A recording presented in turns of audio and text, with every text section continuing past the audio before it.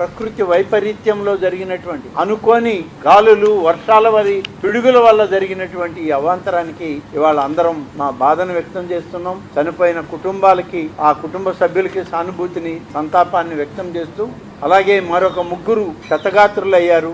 ఆ వాళ్ళకు కూడా పూర్తిగా ప్రభుత్వం అండగా తోడుగా ఉండి ఆ ముగ్గురికి కూడా మంచి వైద్యం మెరుగైన వైద్యం చేయించడానికి ఇప్పటికే ఆదేశాలు ఇచ్చాం. ముఖ్యమంత్రి గారి నిర్ణయం చనిపోయినటువంటి ప్రతి వ్యక్తికి 25 లక్షల లెక్కన ఎక్స్గ్రేషియా రాష్ట్ర ప్రభుత్వం నుంచి దేవాదాయ శాఖకి ఆదేశాలు ఇచ్చారు. చనిపోయినటువంటి వ్యక్తుల్ని ఆ కుటుంబాలకు తెచ్చి ఇవ్వలేము, కానీ కొంతైనా ఈ ప్రభుత్వం వాళ్ళకి తోడుగా ఉండాలి అని చెప్పి గౌరవ ముఖ్యమంత్రి గారు తీసుకున్న నిర్ణయం 25 లక్షల రూపాయలు చనిపోయిన వ్యక్తుల పేరిట ఆ కుటుంబానికి ఇవ్వాలని, గాయాల పాలై ఎవరైతే క్షతగాత్రులుగా ఆసుపత్రిలో వైద్యం చేయించుకుంటున్నారో మొత్తం వైద్యం ప్రభుత్వం దగ్గరుండి మెరుగైన వైద్యం చేయాలని, వారికి కూడా 3 లక్షల రూపాయలు ప్రభుత్వం నుంచి దేవాదాయ శాఖ నుంచి ఇవ్వాలి అని చెప్పి ముఖ్యమంత్రి గారు నిర్ణయం తీసుకొని ఆదేశాలు ఇవ్వడం జరిగింది.